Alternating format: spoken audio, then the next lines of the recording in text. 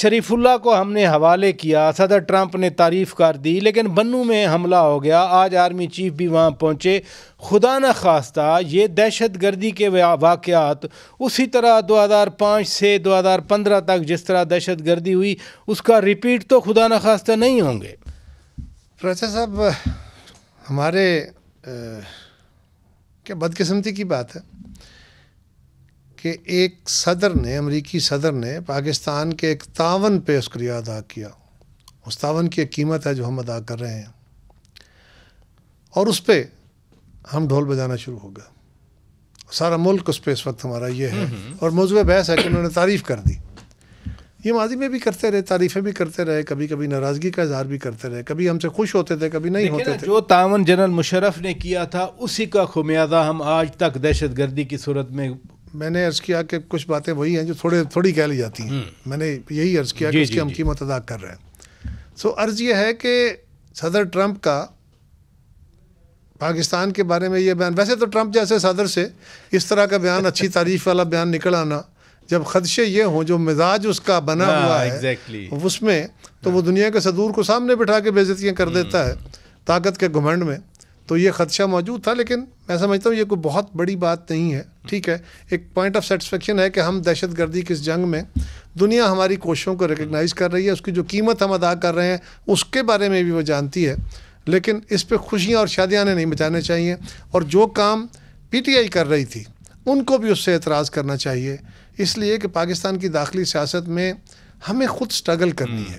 ہمیں عالم سے democratic support تو چاہیے، لیکن پاکستان کے ذاتی معاملات میں، داخلی معاملات میں وہ ادارہ جاتی مداخلت ہو، یعنی آئی ایم ایف کی اور ورلڈ بینک کی مداخلت کی ہم دعوتیں دیں، یا ممالک کی مداخلت ہو، یہ مناسب بالکل۔ ویسے ایک تعریف پہ آپ نے خود فرمایا شادیانے بجائے جا رہے ہیں۔ صدر آصف علی زرداری نے کسی زمانے میں امریکہ سے کیری لوگر برمن قانون کے تحت $7.5 ارب کی گرانٹ لی تھی، لیکن اس وقت تو ملک میں طوفان مچ گیا تھا کہ پتہ نہیں پیپلز پارٹی نے ملک بیچ دیا۔ آج ایک تعریف سے خوشی ہو رہی ہے ہمیں۔ یہ حالات پہ ڈیپینڈ کرتا ہے۔ ہمارے ملک کے اندر سب سے بڑا عذاب یہ ہے کہ ہم امریکہ کے اتحادی ہوتے ہیں تو امریکہ کے مخالف بھی ہوتے ہیں۔ امریکہ کو گالی دینا ہماری سیاست کے اندر بڑا پاپولر سینٹیمنٹ ہوتا ہے، اس لیے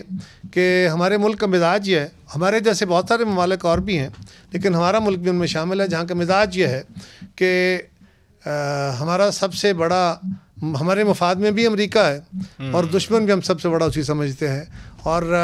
امریکہ کے ساتھ جس حکومت کا تعلق قربت کا ہوتا ہے ہم اس کو اس حکومت کی طاقت بھی گنتے ہیں، اور عوام کی سطح پہ اس کی پذیرائی نہیں ہوتی، اور عوام اور ہمارا مذہبی طبقہ خاص طور پہ عوام بھی ایٹ لارج وہ امریکی مزاج کے خلاف ہیں، کیونکہ امریکہ کی جو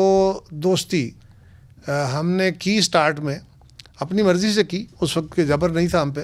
اس دوستی کی ہمیں قیمت خاصی بڑی ادا کرنا پڑی، اور اس کے خلاف جو پروپیگنڈا ہوا تو پبلک کا ایک بڑا مزاج یہ بنا ہوا ہے۔ حالانکہ اگر ہم غور کریں تو چائنا ہمارا اسٹریٹجک پارٹنر اور ہے، لیکن اگر بزنس پارٹنر دیکھنا ہو تو پھر یورپ اور امریکہ ہی ہے۔ چلیں، آپ نے بھی کچھ تاریخ کی بات کر لی،